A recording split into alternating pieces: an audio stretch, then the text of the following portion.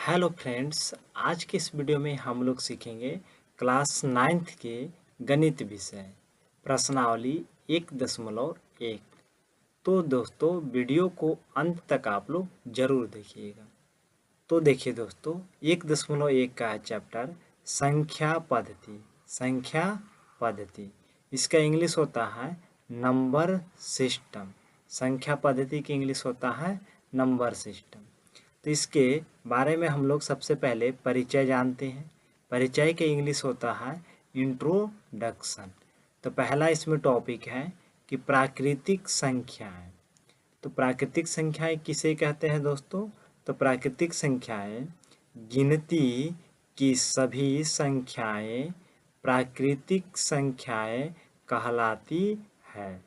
यह एक से प्रारंभ होकर यानी एक से शुरू होकर अनंत तक जाती है, उसे प्राकृत संख्याएं कहलाती है या कहते हैं। जैसे 1 2 3 4 5 6 डॉट डॉट डॉट इन्फिनिटी तक यानी अनंत तक संख्या जो जाएगी वो प्राकृतिक संख्याएं कहलाती है। दूसरा टॉपिक है पूर्ण संख्याएं।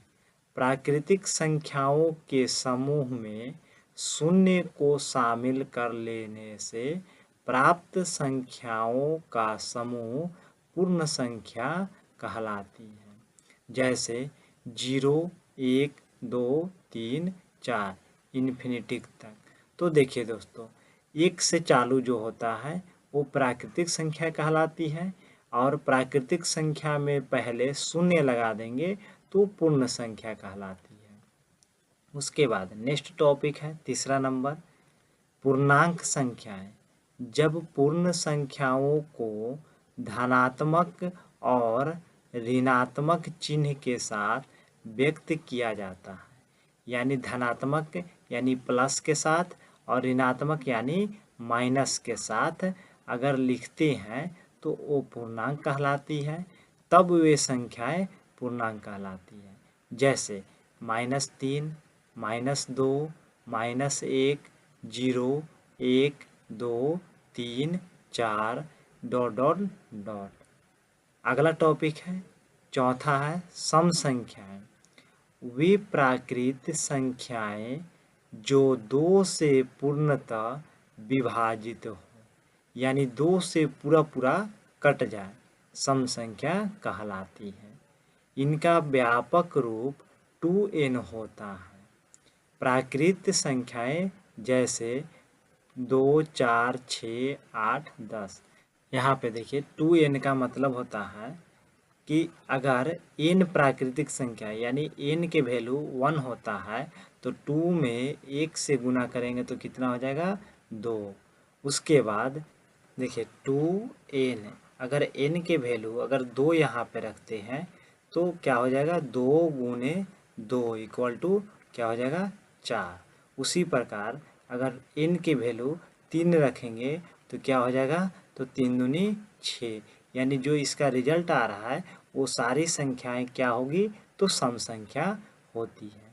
उसी प्रकार पांचवा टॉपिक है विषम संख्याएं।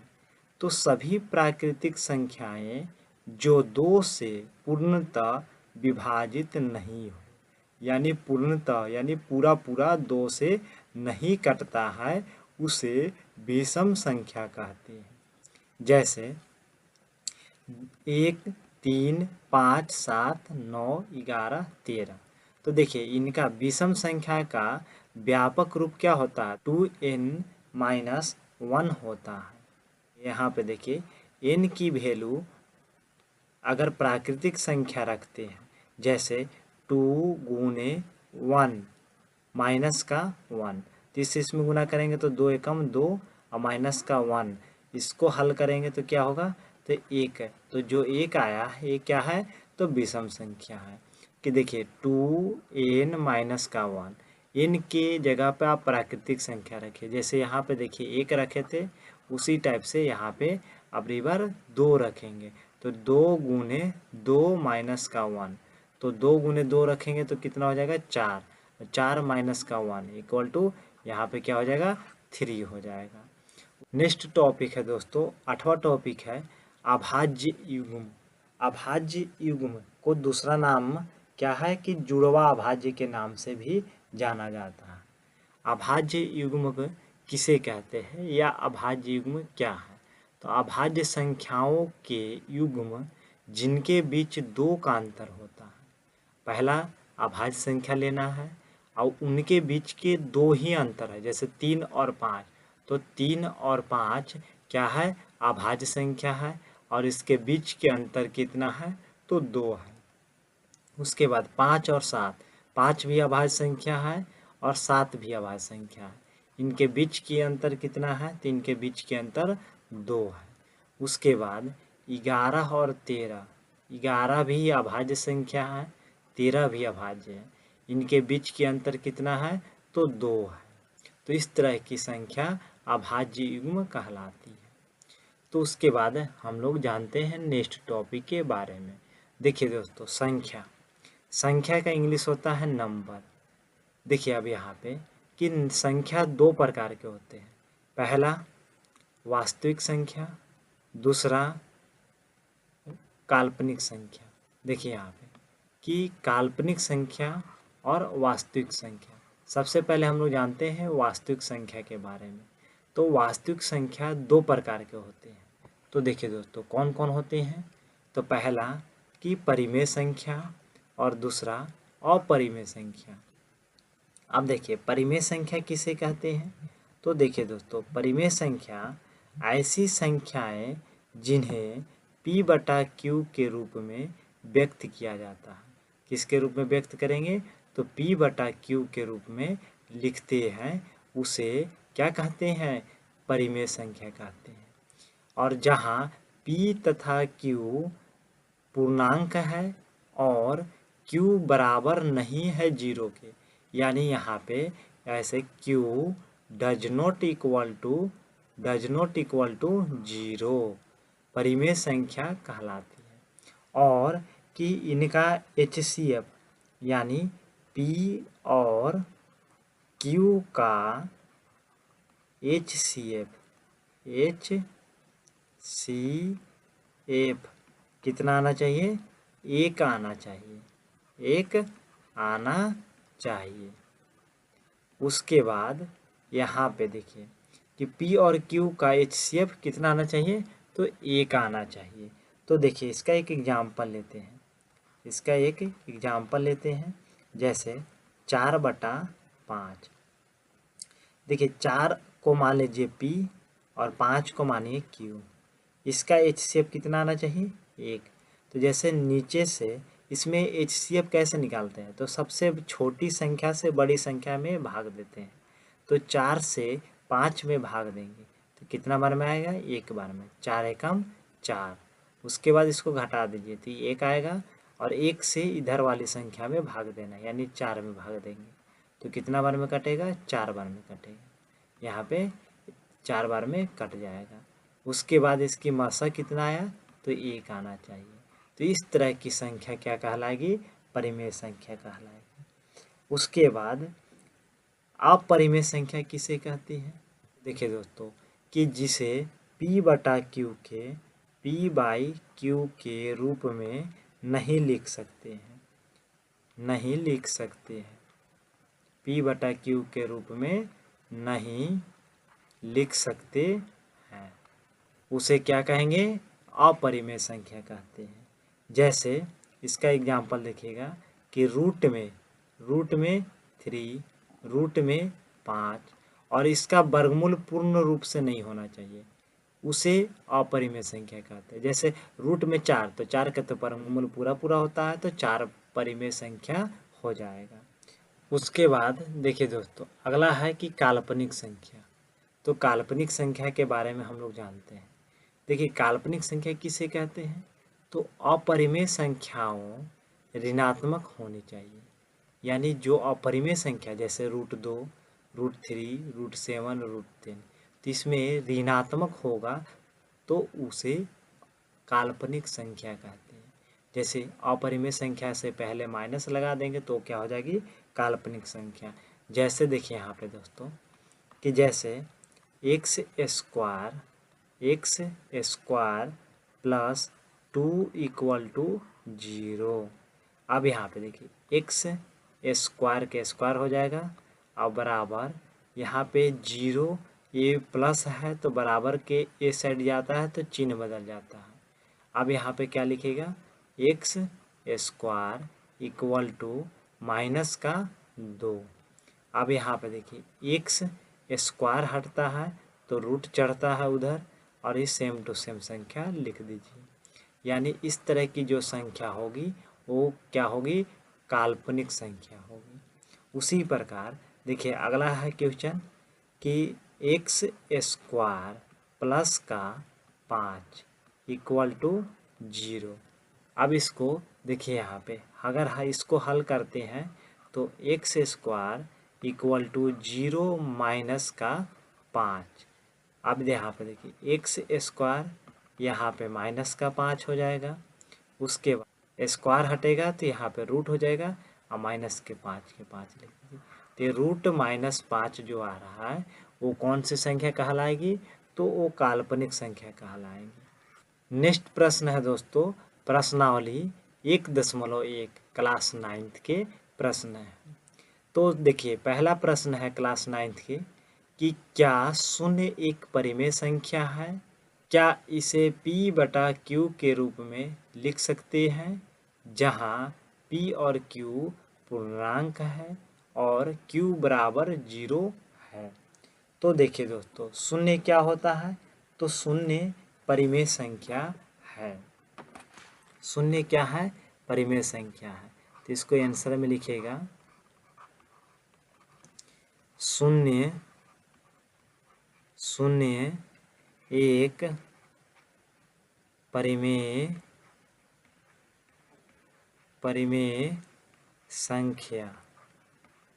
संख्या है। इसे p बटा q के रूप में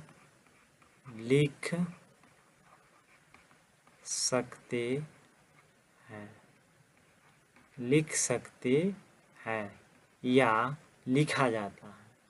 प्रश्न संख्या 2 है दोस्तों 3 और 4 के बीच 6 परिमेय संख्या ज्ञात करिए। तो सबसे पहले देखिए दोस्तों यहाँ पे अगर 6 परिमेय संख्या निकालने के लिए बोल रहा है तो हम यहाँ पे 6 में 1 जोड़ देंगे। अगर जितना बोलेगा उसमें 1 जोड़ देना है तो कितना हो जाएगा 7। तो देखिए दोस्तों 7 संख्या हुआ तो 7 बटा 7 से गुना कर देंगे। जैसे यहाँ पे देखिए 3 गुने 7 बटा 7 और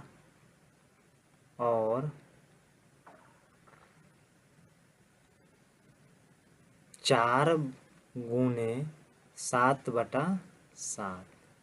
अब इसका गुना करेंगे तो कितना आ जाएगा, तो यहाँ पे आएगा 17 21 बटा 7 और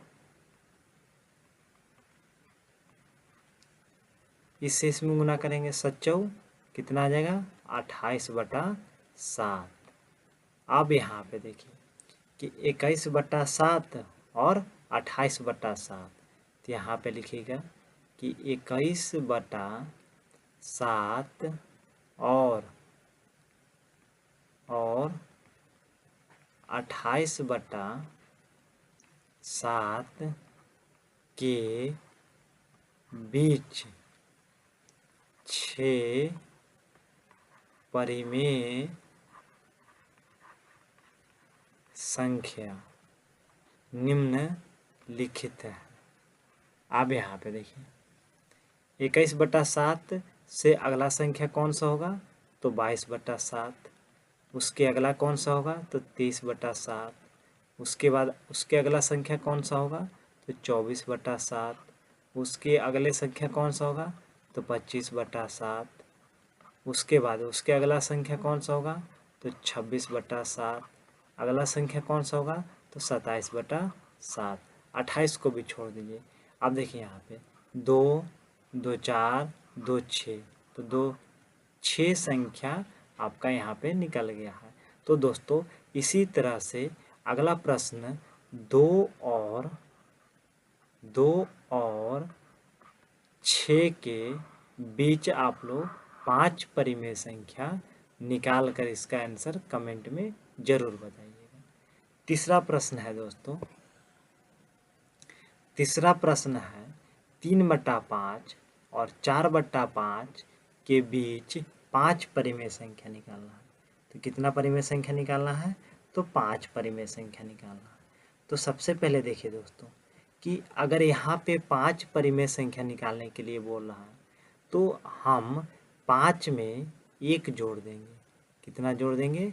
5 में 1 जोड़ देंगे तो कितना हुआ? तो 6 आ गया। अब यहाँ पे देखिए कि 6 जब आया तो 6 से यानी 6/6 से गुना कर देंगे।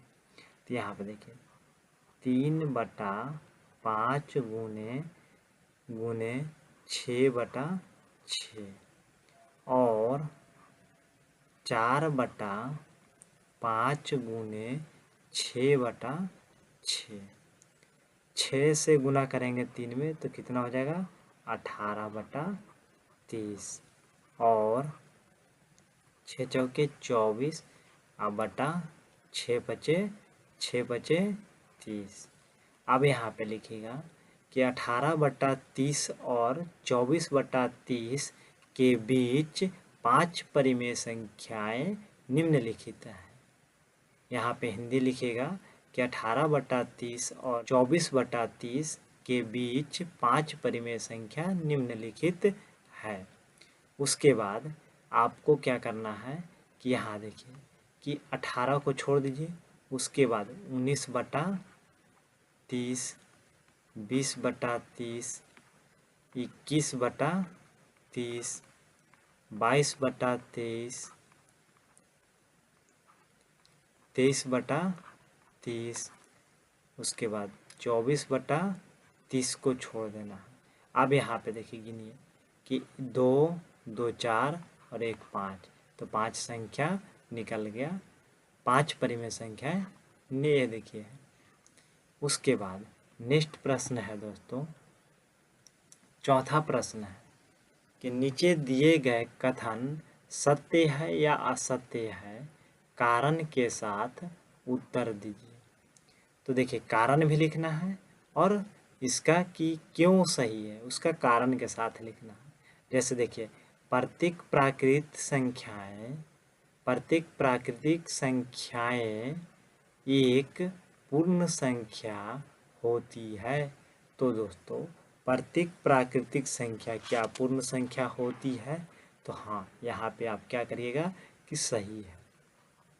हल में लिखिएगा कि सत्य है, सत्य है। अब क्यों सत्य है कारण देना है। तो देखिए दोस्तों क्योंकि प्राकृत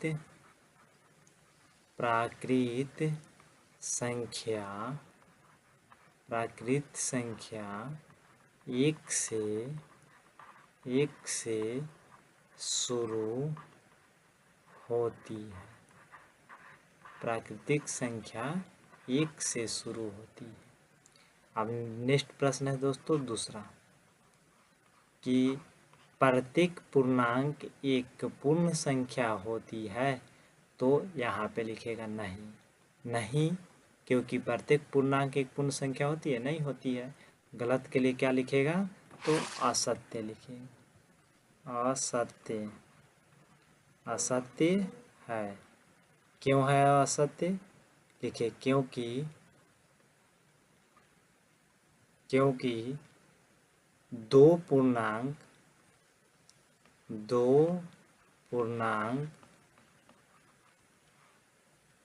पूर्ण संख्या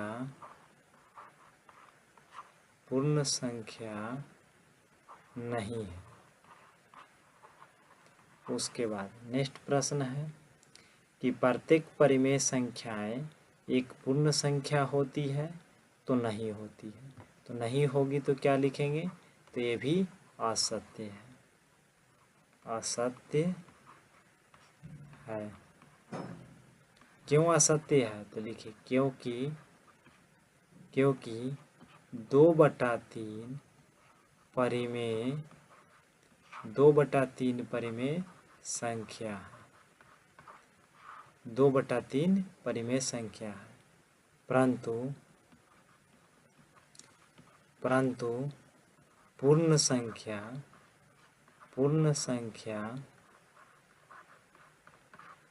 नहीं है, पूर्ण संख्या नहीं है।